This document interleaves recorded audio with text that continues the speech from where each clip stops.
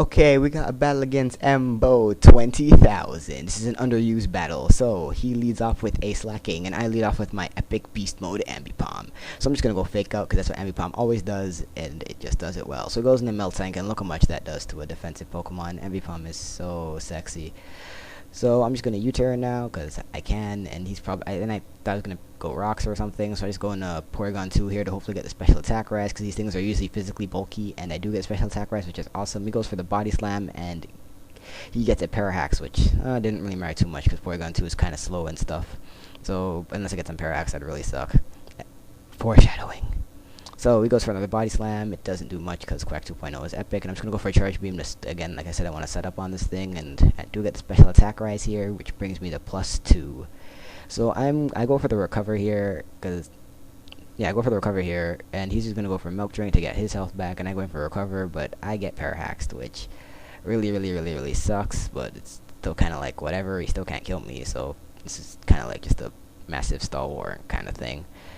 So he's going to go for body slam again, because that's what he can do. I don't know why this thing doesn't have rocks. Every melt tank usually has rocks. Whatever. So I go for recover now, just to get my health back, almost back up to full. So all that damage is basically gone. So now that I have +2, I'm just going to go for the tri-attack here. And I figured to do about 75% here. But I end up getting a crit, which kind of mattered. Not really. I mean, sure, we just get, at the most, you just get one more body slam off. Even if he milk drinked, I'd probably kill him off with a second try attack. So it didn't really matter too much, but at the same time, it's kind of gay. So meh.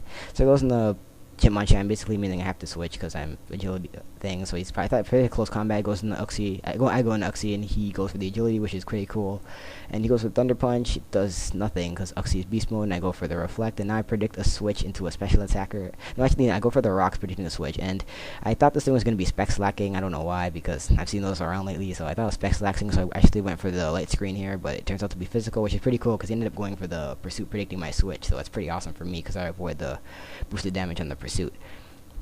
So I go into Clefable because with a reflected light screen up, this thing is virtually invincible to anything. So I go for the Thunder Wave, predicting a switch into something. It goes in October, so I get that T-Wave, which is kind of nice.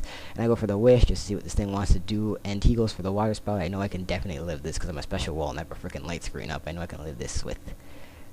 I know this would be like a 2-hit KO, but he gets a crit, which I guess makes up for the crit I got on Melt Tank, I guess, whatever. So I know I have a wish up and a light screen, so I know the Water Spout definitely won't kill me thanks to the light screen. So I go in and aim for the horn just to set up and go for the nasty plot, and I know this wouldn't kill me, and I still have the wish, so I probably will just live with enough. And I get my wish back from Clefable, which is epic, and I'm just gonna go for the Thunderbolt to take down the Octillery. Remoraid Octillery, Wooper, Mary, Hypnotop, Meryl, Umbreon, Bayleaf. The Poker Rap is epic. So there goes my reflect, and he goes into Alakazam, and I was pretty sure I can take a psychic unless this thing was specs, thanks to the light screen, and Raichu actually has okay special defense, but I just don't, and that just sucks. I could have like swapped at that thing. So going to Ambipom, and Ambipom's gonna do more beast mode faking out, and I'm pretty sure this thing has inner focus, but I don't care because my Ambipom just kills it off with one fake out, because like I said, Ambipom, beast mode. And there goes my light screen, which sucks. And he goes back into slacking. Ninkata, Loudred, X-Bloud. Aggron, mid-type, mid-jam, say it loud.